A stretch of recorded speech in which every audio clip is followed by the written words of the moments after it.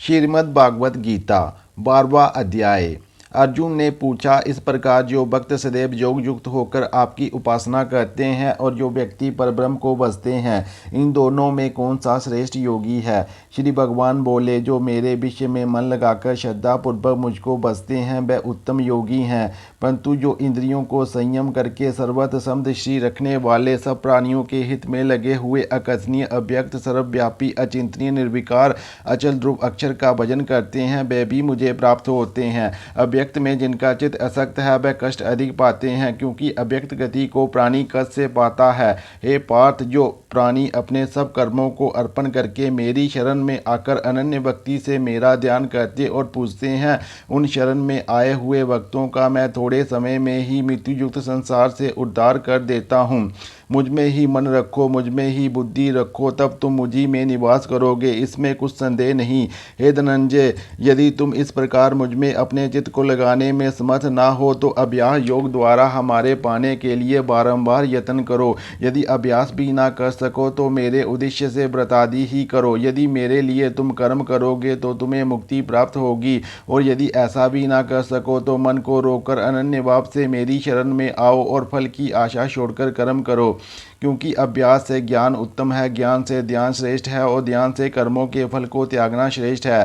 त्याग से शांति प्राप्त होती है। जो किसी से द्वेष नहीं करता, सबका मित्र है, दयादारी है, ममता और अहंकार जिसमें नहीं है, सुख दुख को जो समान जानता है, क्षमावान है, संतोषी है, स्थिर चित, इंद्रियों को वश में रखता है, दृढ़ निश्चयवान है, मुझ में अपना मन और बुद्धि लगाए हुए है, ऐसा मेरा भक्त मुझको प्रिय है। जिसे ना लोगों का भय है, ना लोगों से जो डरता है, ऐसा जो हर्ष, ईर्ष्या, दुष्टों से भय और विषाद से रहित है, वह मेरा प्रिय है। जो कुछ मिले उसी में संतुष्ट, पवित्र, निष्पक्ष, निष्पाप, दुख रहित, फल की आशा त्याग कर कर्म करने वाला, ऐसा जो मेरा भक्त है वह मुझे प्रिय है। जो लाभ से प्रसन्न न हो, किसी से द्वेष न करे, इष्ट पदार्थ के नष्ट होने से दुखी न हो, किसी वस्तु की इच्छा न करे, शुभ और अशुभ दोनों का त्यागी हो, वह भक्त मेरा परम प्रिय है। जिसको शत्रु और मित्र, मान और अपमान, सर्दी और गर्मी, सुख और दुख समान है, और जो वासना से रहित है, जो निंदा और स्तुति को समान जानता है, जितना जो मिले उसी पर संतोषी, जो ये नहीं समझता कि ये मेरा घर है, जो मेहमान है वह मेरा प्यारा है, पर जो मुझ में श्रद्धा करके और मुझे मान कर इस अमृत के समान कल्याणकारक धर्म का आचरण मेरे उपदेशानुसार करते हैं, वह मुझको अत्यंत प्रिय हैं। श्रीमद् भागवत गीता 12वें अध्याय का महात्म्य। श्री भगवान बोले, हे लक्ष्मी, अब 12वें अध्याय का महात्म्य सुन।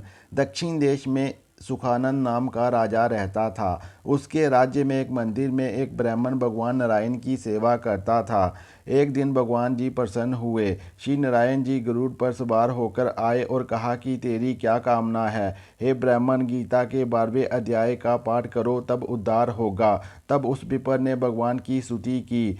श्री नारायण जी ने विप्र को कहा, हे पंडित, आज से इस नगरी का राज्य तुझको दिया। इतना कह अंतर ध्यान हुए वह विप्र घर को गया। उस देश के राजा को कोई संतान ना थी। राजा ने उस विप्र को बुलाया और विप्र को राज्य देके आप तप करने को गया।